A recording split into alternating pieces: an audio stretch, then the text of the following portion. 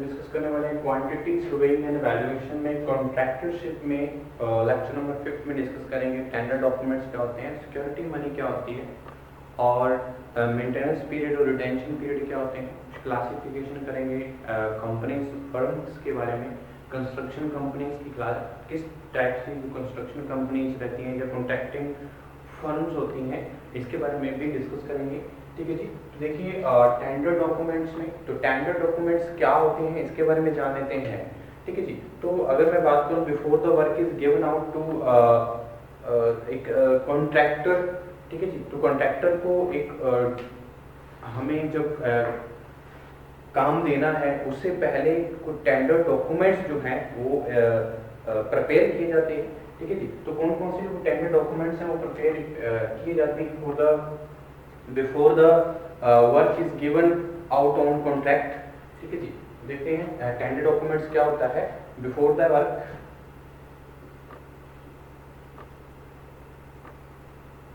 Before the work is given to out on contract, given out and contract out on contract। ठीक है जी। तो हमारे जो टेंडर डॉक्यूमेंट्स हैं before the work is given out on contract, certain documents are prepared, certain documents are prepared। ठीक है जी। तो कुछ डॉक्यूमेंट्स जो है वो प्रिपेयर किए जाते हैं किसी भी कॉन्ट्रैक्ट को, कॉन्ट्रैक्ट होता है किसी भी काम को करने से पहले, एग्जीक्यूट करने से पहले। तो कौन कौन से वो इम्पॉर्टेंट डॉक्यूमेंट्स हैं। ठीक है जी। तो documents should be attached to a contract, the documents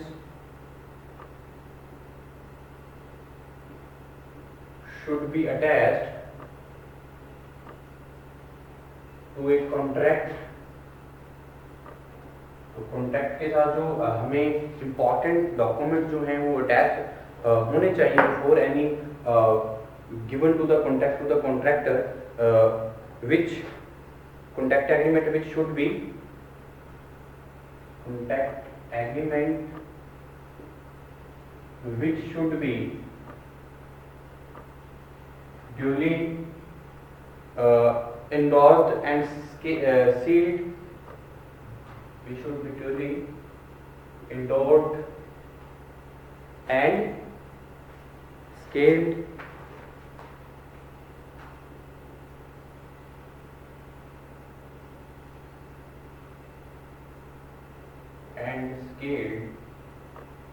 ठीक है। तो डिफरेंट जो हमारे इम्पॉर्टेंट, अगर मैं बात करूं डॉक्यूमेंट्स की, जो हमारे एक टेंडर बिफोर एनी, जो टेंडर हम किसी को एज अ कॉन्ट्रैक्टर प्रोवाइड करते हैं काम को एग्जीक्यूट करने के लिए, तो उससे पहले क्या है कुछ टेंडर डॉक्यूमेंट्स जो हैं वो प्रिपेयर किए जाते हैं। तो कुछ हमारे जो डॉक्यूमेंट्स हैं वो अटैच होने चाहिए कॉन्ट्रैक्ट एग्रीमेंट के साथ और ड्यूली इंडोर्स्ड होने चाहिए और स्केल्ड होने चाहिए। ठीक है जी।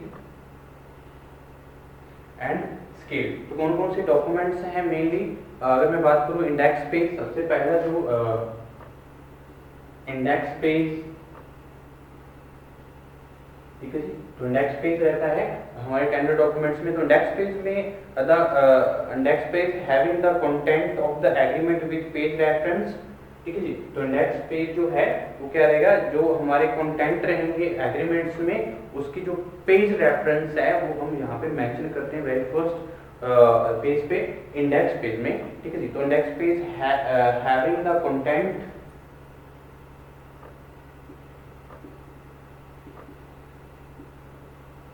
Content of the agreement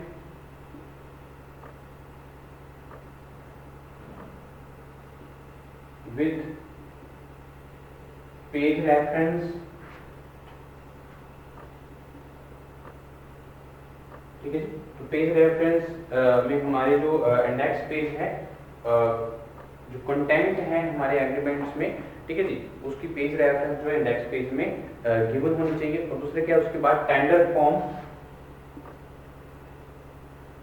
tender form, और थर्ड वन अगर मैं मेन इंपॉर्टेंट डॉक्यूमेंट्स की बात करता हूँ तो टेंडर डॉक्यूमेंट्स एज हम यूज करते हैं tender notice,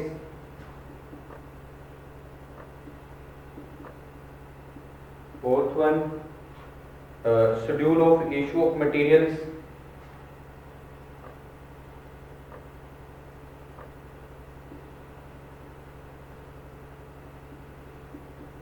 issue of materials, ठीक है। तो हमारे जो शेड्यूल है, किस तरह के शेड्यूल है, किस तरह से मटेरियल को इशू करना है, ठीक है, उसका शेड्यूल जो है वो भी मेंशन रहेगा, ठीक है। पेजेस पे हमारे एज अ कॉन्टेक्ट डॉक्यूमेंट्स हम इसको, जो जनरल स्पेसिफिकेशंस क्या है, जनरल स्पेसिफिकेशंस क्या रहेंगी, ये भी इंपॉर्टेंट रहेगा। और बिल ऑफ क्वांटिटीज और schedule of quantities, bill of quantities और शेड्यूल ऑफ क्वांटिटीज। तो बिल ऑफ क्वांटिटीज और शेड्यूल जो है क्वांटिटीज का, वो भी इंपॉर्टेंट जो है डॉक्यूमेंट्स में हम मेंशन करते हैं, तो ये इंपॉर्टेंट रहेगा। उसके बाद अगर मैं बात करूं a complete set of drawing and detailing, a complete set of drawing and detailing, तो डिटेलिंग और ड्राइंग का एक कंप्लीट सेट जो है वो एज अ टेंडर डॉक्यूमेंट्स हम यूज करते हैं। और हमारे कंडीशंस क्या है कॉन्ट्रैक्ट में, ये भी इंपॉर्टेंट रहेगा। कंडीशंस ऑफ कॉन्ट्रैक्ट,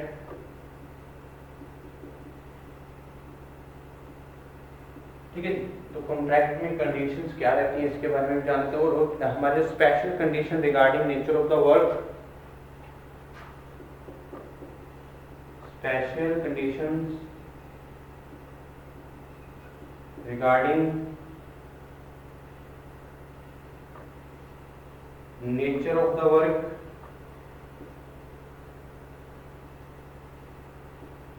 ठीक है जी। तो स्पेशल कंडीशन क्या है, हमारी जो किस तरह का नेचर है वर्क का, किस टाइप का वर्क हम करना चाहते हैं, टैक्सेस और रॉयल्टीज क्या है, टैक्सेस, रॉयल्टीज एटसेट्रा, ठीक है जी। तो ये इंपॉर्टेंट टेंडर डॉक्यूमेंट्स हैं जो अटैच होने चाहिए एक कॉन्ट्रैक्ट के साथ, ठीक है। तो ये हमारे इंपॉर्टेंट टेंडर डॉक्यूमेंट्स हैं। तो ये इंडेक्स पेज जिसमें हमारे कंटेंट रहता है, एग्रीमेंट्स जो हम कॉन्ट्रैक्ट एग्रीमेंट करते हैं उसमें पेज रेफरेंस दी जाती है। टेंडर फॉर्म इंपॉर्टेंट है।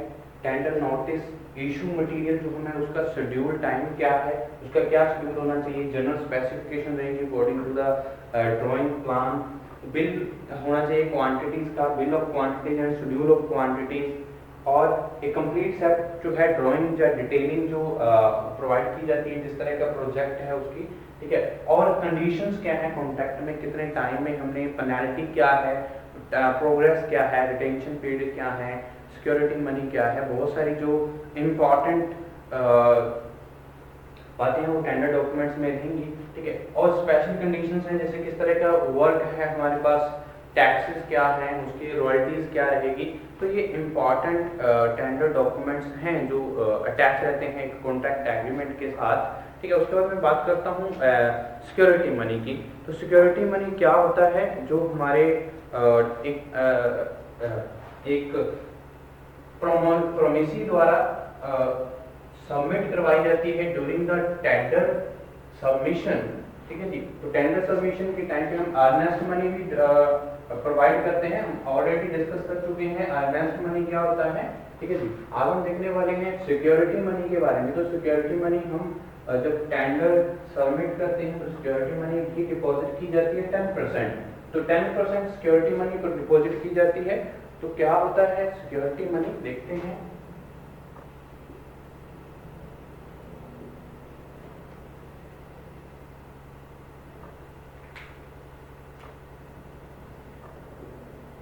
ठीक है, सिक्योरिटी मनी। उसके बाद अगर मैं बात करूं सिक्योरिटी मनी, तो on acceptance of the tender, on acceptance of the tenders के एक्सेप्टेंस पे क्या किया जाता है, 10% जो मनी है, अमाउंट जो है वो पे किया जाता है by the contractor as a security. ठीक है, तो एज अ सिक्योरिटी मनी हम किसी डिपार्टमेंट को बाय द कॉन्ट्रैक्टर क्या की जाती है, सबमिट करवाई जाती है ड्यूरिंग द कॉन्ट्रैक्ट एग्रीमेंट। ठीक है, तो on acceptance of the tender 10% of tendered amount, 10% of tendered amount, 10% जो टेंडर्ड अमाउंट है as a security money pay किया जाता है to be paid by the contractor, to be paid by the contractor. तो contractor द्वारा क्या किया जाता है, पेड किया जाता है security money as a security money with the department, as a security money with the department। ठीक है जी, तो डिपार्टमेंट के साथ जो एज सिक्योरिटी मनी कॉन्ट्रैक्टर जो है वो डिपार्टमेंट को टेंडर जब क्या किया जाता है, एक्सेप्ट किया जाता है, तो 10% एज सिक्योरिटी मनी सबमिट की जाती है। ठीक है, तो ये हम अगर मैं बात करूं with the department which inclusive of earnest money, which inclusive of earnest money, जो इंक्लूसिव रहती है इसमें earnest money already deposited,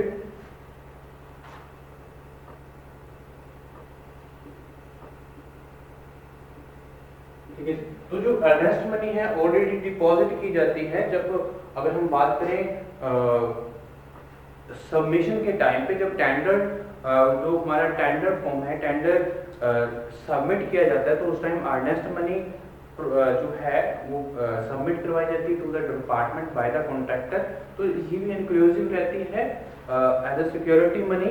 ठीक है, जब हम एक्सेप्टेंस होती है हमारे टेंडर की, तो 10% हम एज अ सिक्योरिटी मनी जिस प्रोजेक्ट पे जितना बजट रहे उसका 10% क्या करते हैं, अमाउंट जो है पेड करते हैं एक कॉन्ट्रैक्टर के बेस पे, तो डिपार्टमेंट को। ठीक है, तो ये if the contractor fails to fulfil the terms and conditions,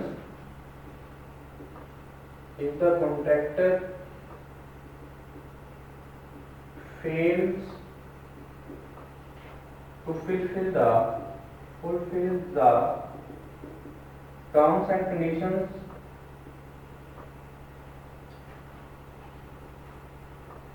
तो टर्म्स एंड कंडीशंस को अगर क्या करता है, फेल होता है एक कॉन्ट्रैक्टर, कंडीशन के अकॉर्डिंग जो वर्क की प्रोग्रेस है, जहाँ कोई एग्जीक्यूट करना है वाले को नहीं कर पाता है, तो क्या होगा, और does not carry out the work satisfactorily, और डज नॉट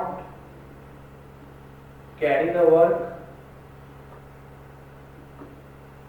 सेटिस्फैक्टरी, सेटिस्फैक्टरली क्या करता है, वो काम नहीं कर पाता है, और जो टर्म्स एंड कंडीशन के अकॉर्डिंग जो एग्जीक्यूट करना है वर्क को नहीं कर पाता, तो क्या होगा, हिज होल और part of security is forfeited, क्योंकि उसकी जो सारी की सारी जो सिक्योरिटी मनी है, जब उसका जो पार्ट आधी जो सिक्योरिटी मनी है वो रख ली जाती है, ठीक है, बाय द डिपार्टमेंट। ठीक है, तो ये इंपॉर्टेंट रहेगा। तो हिज होल और part of the security money, whole or part of the security money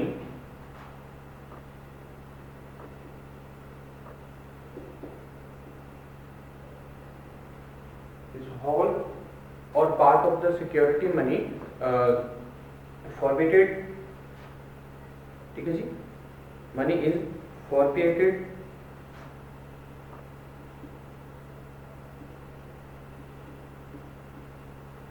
by the department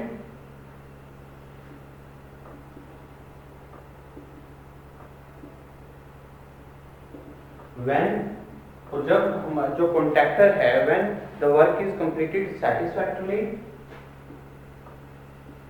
work is completed satisfactorily,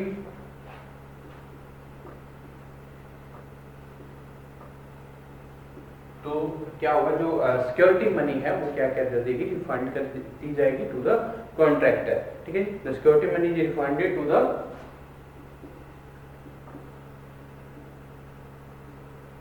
money is refunded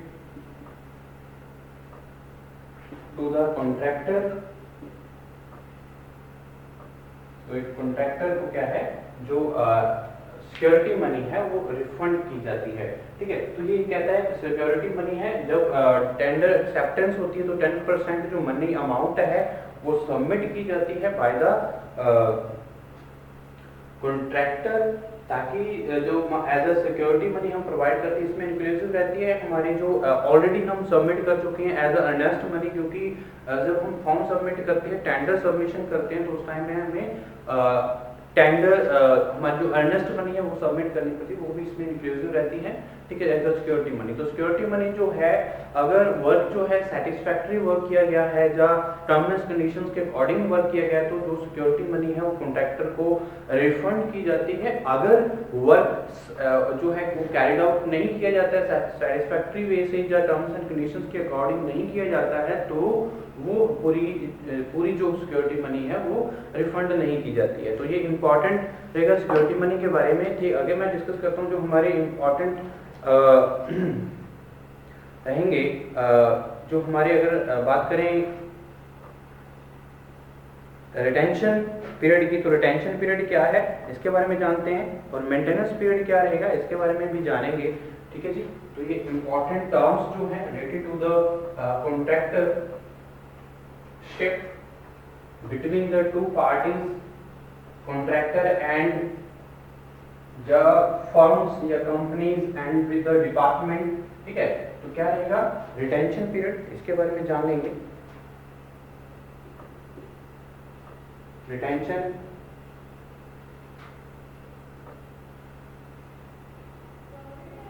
period, ठीक है जी, तो रिटेंशन पीरियड क्या है इसके बारे में जान लेते हैं हमारा। ओके, उसके बाद अगर मैं बात करूं रिटेंशन पीरियड, तो रिटेंशन पीरियड होता क्या है। Retention is a percentage of the amount of certified as due to the contractor interim certificate. ठीक है जी, और ना इंटरिम सर्टिफिकेट एक के बाद हमारे जो एक रिटेंशन पीरियड रहेगा, एक परसेंटेज में जब अमाउंट हम सर्टिफाइड करते हैं टू द कॉन्ट्रैक्टर, तो उसको हम क्या बोलते हैं, रिटेंशन पीरियड। ठीक है जी, तो retention is a percentage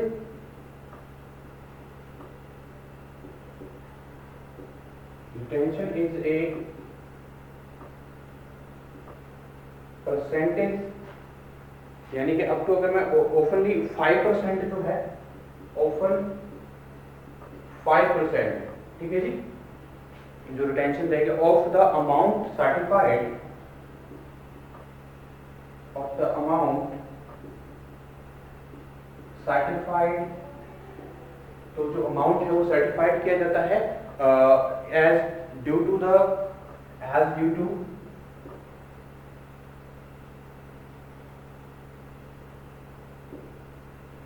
as due to the contractor,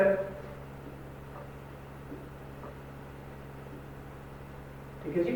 और अगर मैं बात करूं और एन इंटरिम सर्टिफिकेट और on an interim certificate,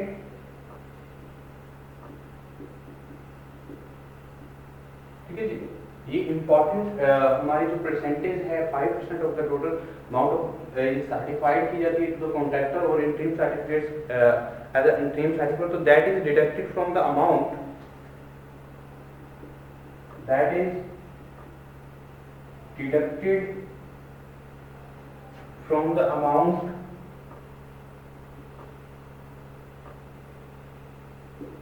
that is deducted from the amount due and retained by the client, amount due and retained by the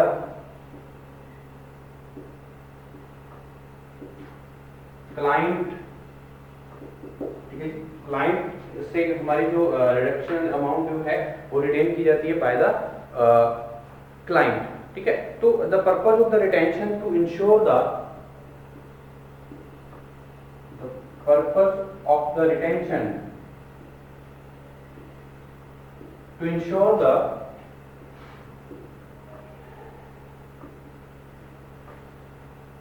to ensure that the contractor accurately ensure that the contractor accurately complete the activities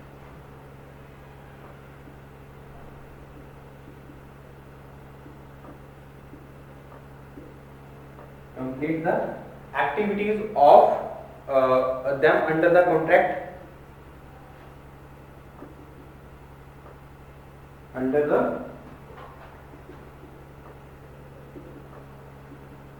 contract, ठीक है जी। ये important रहेगा इन retention period. तो retention period क्या है? Retention एक percentage है, जो एक अमाउंट है जिसमें सर्टिफाइड किया जाता है टू द कॉन्ट्रैक्टर एक एज अ इंटरिम सर्टिफिकेट। तो ये जो है हमारा डिडक्ट भी किया जा सकता है और ये रिटेन भी रखा जाता है बाय द क्लाइंट, रिटेन भी रखी जाती है ये मनी, ठीक है, बाय द क्लाइंट रिटेंशन में। तो ये पर्पस क्या है रिटेंशन पीरियड का? जो कॉन्ट्रैक्टर है वो एक्यूरेटली कंप्लीट करे अपने वर्क जो उसको दिया गया है, ठीक है, under the conditions of the contract, ठीक है। तो ये इंपॉर्टेंट रहता है फॉर द कंडीशंस, ओके। तो ये इसके बाद अगर मैं बात करूं कॉन्ट्रैक्ट की, तो ये रिटेंशन जो है, रिटेंशन पीरियड मेंटेनेंस पीरियड रहते हैं हमारे, मेंटेनेंस पीरियड है ये, ठीक है जी, ताकि जो कॉन्ट्रैक्टर है वो कॉन्ट्रैक्टर अपने काम को जो एग्जीक्यूट कर रहा है उसकी जो प्रोग्रेस है वो एक सेटिस्फैक्टरी वे से हो। तो इसलिए ये मेन पर्पज रहता है रिटेंशंस का, ठीक है। तो आगे हम नेक्स्ट लेक्चर में डिस्कस करेंगे हमारे नेक्स्ट। अगर मैं बात करूं मेंटेनेंस पीरियड की, मेंटेनेंस पीरियड क्या होता है इन अ कॉन्ट्रैक्टशिप, और कुछ जो important types of contracting firms हैं और कंस्ट्रक्शन कंपनीज हैं, इसके बारे में जानेंगे। तो कौन कौन सी जो कंस्ट्रक्शन कंपनीज हैं और कॉन्ट्रैक्टिंग फर्म्स जो हैं हमारे सिविल इंजीनियरिंग वर्क्स के लिए प्रोजेक्ट को एग्जीक्यूट करने के लिए कॉन्ट्रैक्टिंग फर्म जो एग्जीक्यूट करती है किसी भी प्रोजेक्ट वर्क को, और दो पार्टीज के बीच में कैसे जो डील होती है, जो एग्रीमेंट होता है, जो कॉन्ट्रैक्ट होता है। तो अलग अलग कॉन्ट्रैक्ट के बारे में हम ऑलरेडी डिस्कस कर चुके हैं, ठीक है जी। लमसम कॉन्ट्रैक्ट के बारे में हम जान चुके हैं, आइटम रेट कॉन्ट्रैक्ट क्या होता है और शेड्यूल कॉन्ट्रैक्ट क्या होते हैं, इसके बारे में हम इनके एडवांटेज और डिसएडवांटेज के बारे में हम ऑलरेडी डिस्कस कर चुके हैं, ठीक है जी। तो देखते हैं नेक्स्ट लेक्चर में मेंटेनेंस पीरियड क्या होता है और टाइप्स ऑफ कॉन्ट्रैक्टिंग फर्म्स और कंस्ट्रक्शन कंपनीज के बारे में भी हम डिस्कस करेंगे।